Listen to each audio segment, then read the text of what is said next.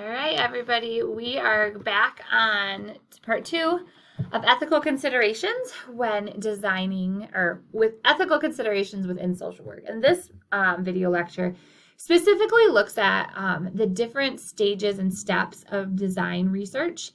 And it's not intended to explain exactly what all of those stages are, but rather how do you need to take ethics into consideration when you are going through each stage and designing them.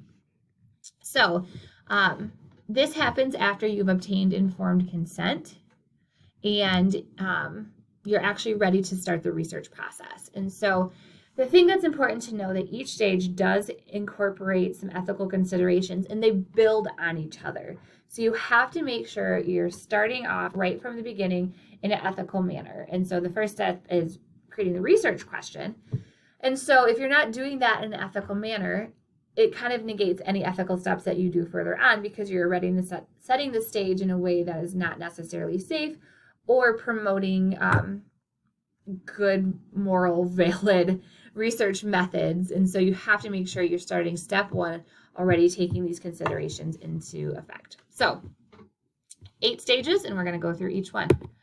First one is you're developing the research question. So this is what we have started on. We've lectured about it. We talked about it on Monday. Your groups are starting to formulate this by the use of research and just general discussions and figuring out what your knowledge base is. So if a study does not directly or indirectly benefit the participants, it still must contribute to the social work profession as a whole.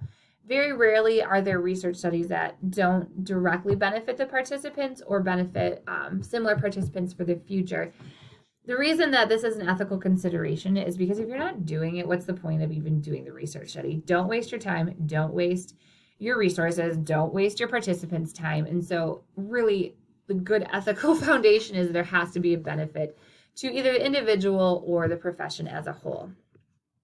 One of the things that we've been talking about is how we need to research what's done in the past in order to drive our research questions. We can't just come up with something in our head. I mean, we can, but we need to have the backing of literature to show and validate why we think this is a good hypothesis and why we want to approach the study.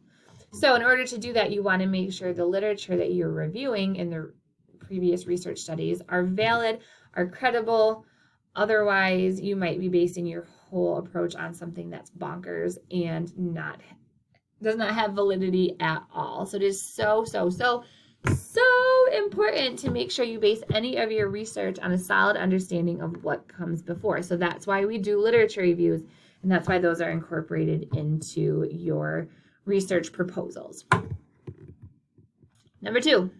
You're selecting a research approach. So we have a responsibility to our research participants to select an approach that's actually useful, reliable, and has valid findings. And so we need to design something that will, kind of going back to those questions that we created, is it feasible?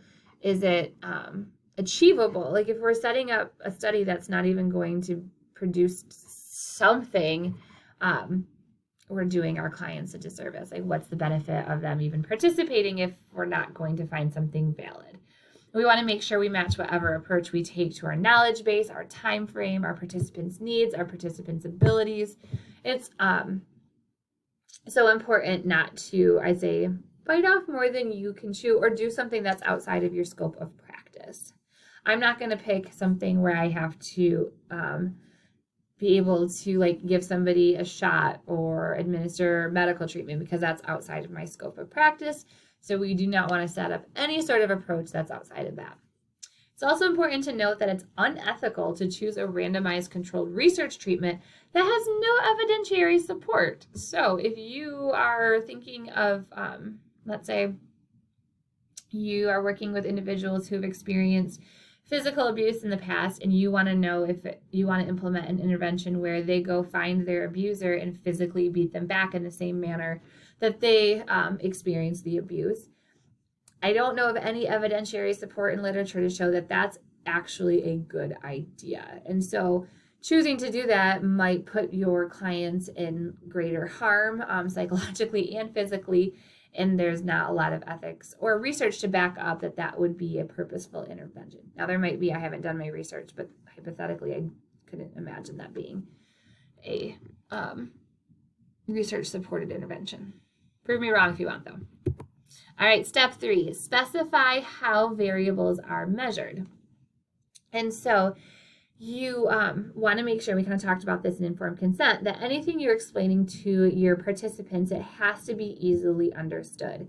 So you don't want to throw in so much technical jargon that they get lost in the meaning of what's actually going on. But you also need to make sure that you are matching your explanations, your questions, your study creation in language that matches a client's literacy, matching a client's language, if there's a language barrier, also comprehension and processing. Those are all things that you don't want to forget about, because if you are asking questions to somebody who doesn't necessarily, like, let's say you're asking questions around mental health and you're using very clinical jargon that a client might not know what that means, are they going to be able to answer in a way that gives you good data that's able to be analyzed for the future? You want to be aware of any cultural context and how they influence the questions asked, how participants are recruited, and how data is collected and analyzed. And so if you're thinking about parenting styles and discipline, that can be a very culturally biased thing where parenting styles are looked at differently, more authoritative, or more, I can't think of the parenting styles off the top of my head. Or even like thinking about like punishments, is physical punishments okay? Spanking, timeouts. And so there might be a cultural bias as to how those are looked. And so you need to take that into consideration and how you're crafting them and making sure that you are not putting your own personal bias into wording. So if you think back to individuals and families, when we talked about like leading questions where you are like asking something to kind of get a specific answer. So like, oh yeah, you really didn't want that piece of candy, right? Or, oh, that was a really, really bad dinner mom made. Trying to ask to get some bias potentially from the questions, and not necessarily saying like, how did you feel about the dinner that mom made last night? X, Y, and Z. So be mindful of that. You also want to be aware that you can create bias in the measurement tools, kind of in the example I just gave about how you ask the questions, but also just being aware that we have a lot of diversity in our participants, and they might interpret or feel or respond to questions differently.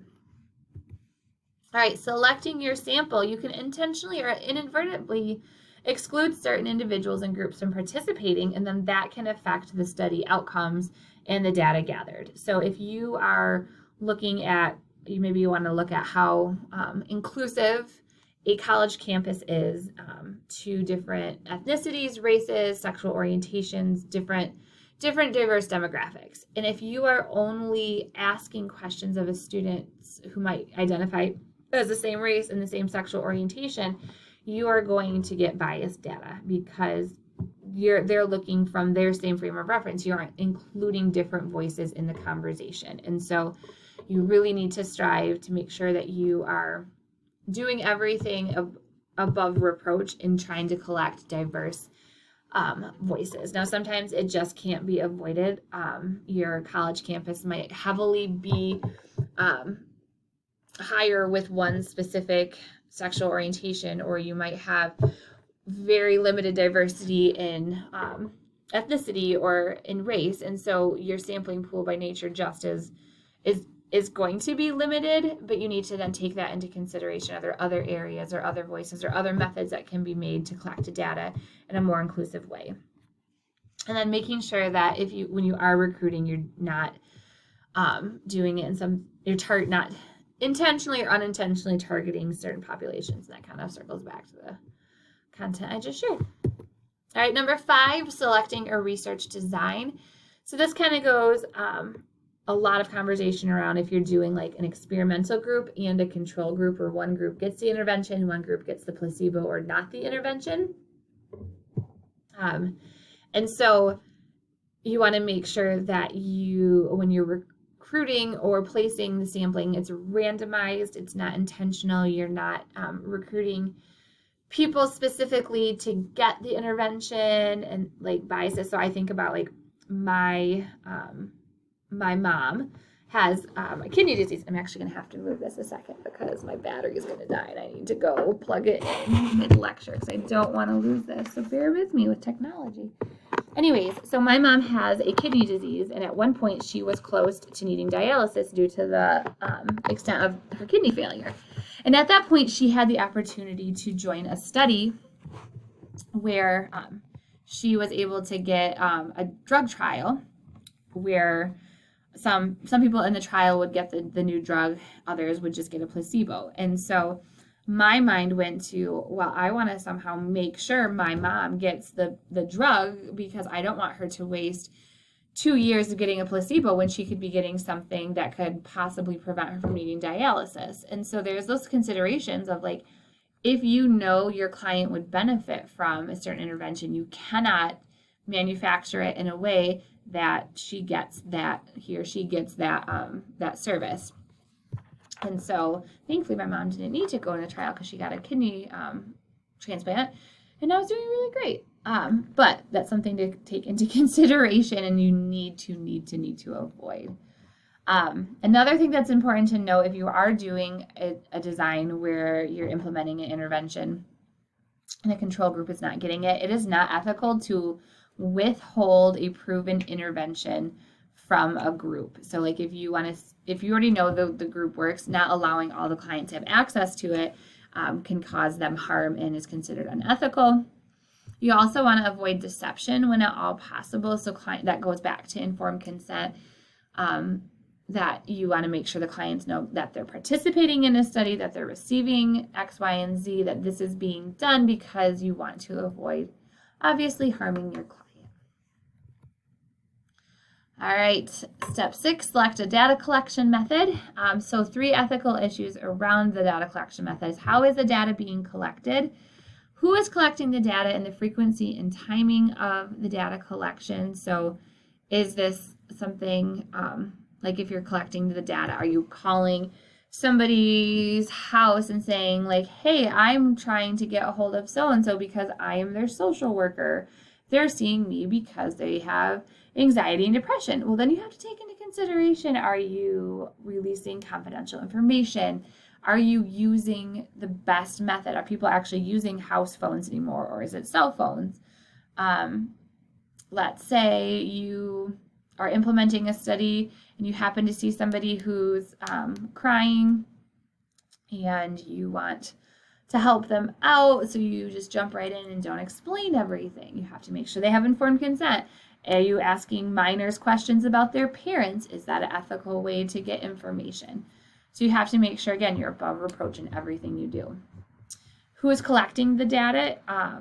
So like if I am your social worker and you're afraid if you give me the wrong answer, you're not going to receive services, or I'm going to think differently of you, or it might conflict with something that you might have told me in therapy. So is there a piece of power and control or coercion associated with it? Then looking at the frequency and timing of the data collection. Are you doing it too often, too infrequently? If you're wanting to know the severity of anxiety and you're asking them right after or right before a big presentation that they have to present at school, they might be more anxious. So is that the most unbiased collection of data? So those things to consider.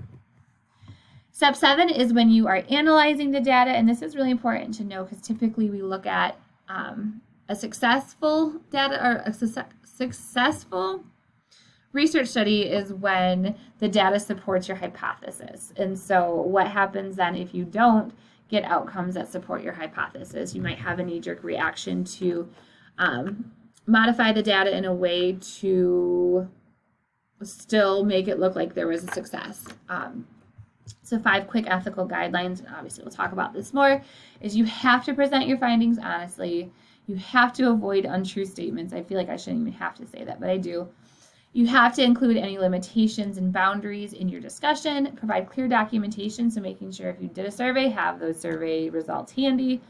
And when possible, have somebody neutral analyze your data so they can't bring in their biases. And the step 8 is when you give out the research report. So an ethical thing to consider is making sure you actually do it. For this class, you will because you need a grade.